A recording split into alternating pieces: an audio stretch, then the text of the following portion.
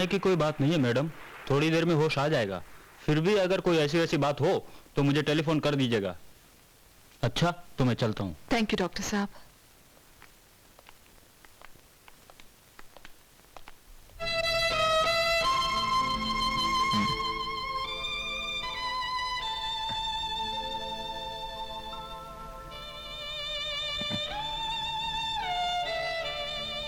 लेटे रहिए। आप कौन? आपने मुझे पहचाना नहीं? मैं वही अभागन लड़की हूँ जिसे आप एक रात अस्पताल ले गए थे।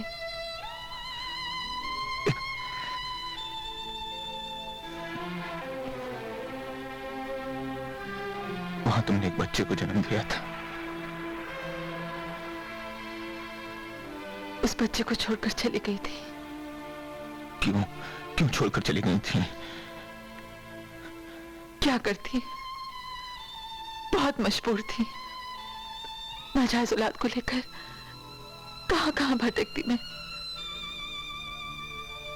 इसलिए मैंने आत्महत्या करने की कोशिश की।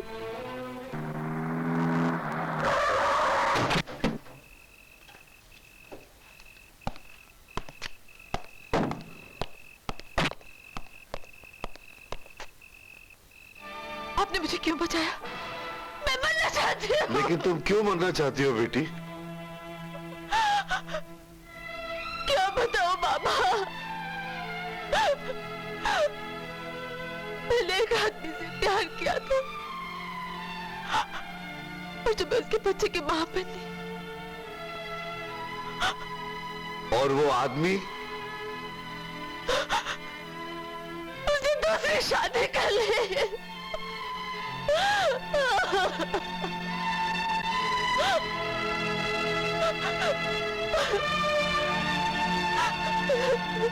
ऐसे मक्कार और बुज़दिल आदमी से बदला लेने के लिए तुम्हें जिंदा रहना होगा, क्योंकि मेरी भी एक बेटी थी।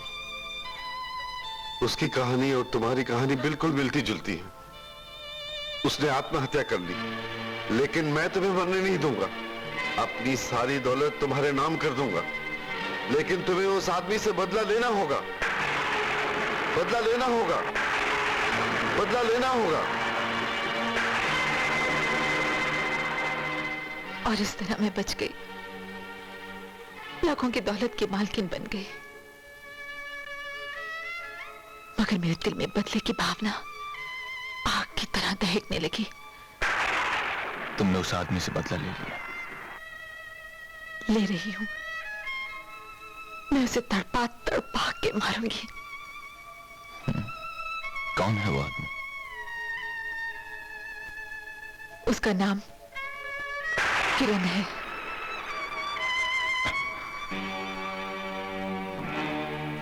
किरण? किरण दीवान दीनानाथ जी के यहाँ तो नौकरी नहीं करता था।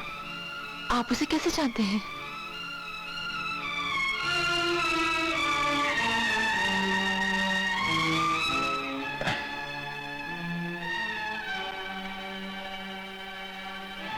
उसका कोई दोष नहीं है, तुम्हारा गुनहगार मैं हूं।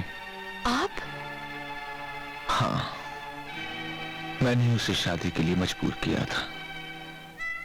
आपने? हाँ, भगवान की लीला भी निराली। जिस बच्चे को तुम अनाथ बनाकर वहां छोड़ आई थी, आज वही बच्चा अपने बाप के यहां पल रहा है। मेरा बच्चा? मेरा बच्चा जिंदा है? हाँ, किरण मेरा छोटा भाई है। उस रात उसकी पत्नी यशोदा ने एक मरे हुए बच्चे को जन्म दिया था। होश में आने के बाद उसे सदमा न पहुंचे, मैंने डॉक्टर से विनती करके तुम्हारे बच्चे को यशोदा की गोद में डाल दिया। तो फिर चलिए, कहीं कुछ अनर्थ होने से पहले किरण के घर चलिए। नहीं, किरण को मुझ पर शक है कि वो बच्चा मेरा है, मेरी नाजायज औलाद,